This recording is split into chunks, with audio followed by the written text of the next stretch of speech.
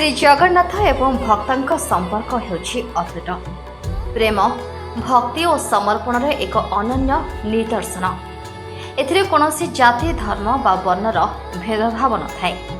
ଶ୍ରୀ ଜଗନ୍ନାଥ କେବଳ ଦୟାମୟ ନୁହନ୍ତି, ସେ ପ୍ରତ୍ୟେକ ଭକ୍ତଙ୍କର ବନ୍ଧୁ ବା ସଖା। ଭକ୍ତମାନେ ତାଙ୍କୁ ନିଜର ସବୁକିଛି ମାନି ନିଜର ସୁଖ ଦୁଃଖ ଜଣାଇଥାନ୍ତି।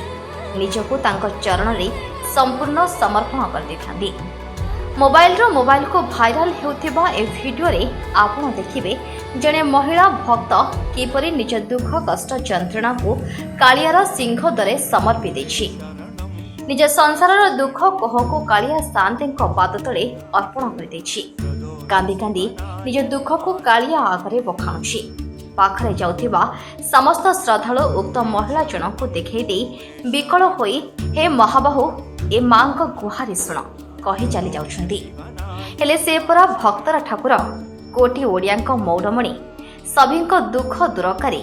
ସେ କିପରି ଏ ମାଙ୍କୁ ଖାଲି ହାତେ ଫେରାଇ ଦେବେ? କୁହାଯାଏ ଜଗାର ଦ୍ୱାରକୁ ଯିଏ ଥରେ ଯାଇଛି ସେ କେବେ ଖାଲି ହାତେ ଫେରେନି।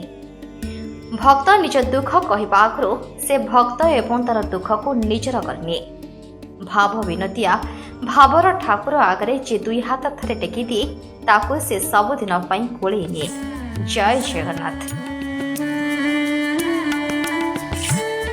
ବ୍ୟୁରୋ ରିପୋର୍ଟ, ସତ୍ୟତା ନ୍ୟୁଜ୍।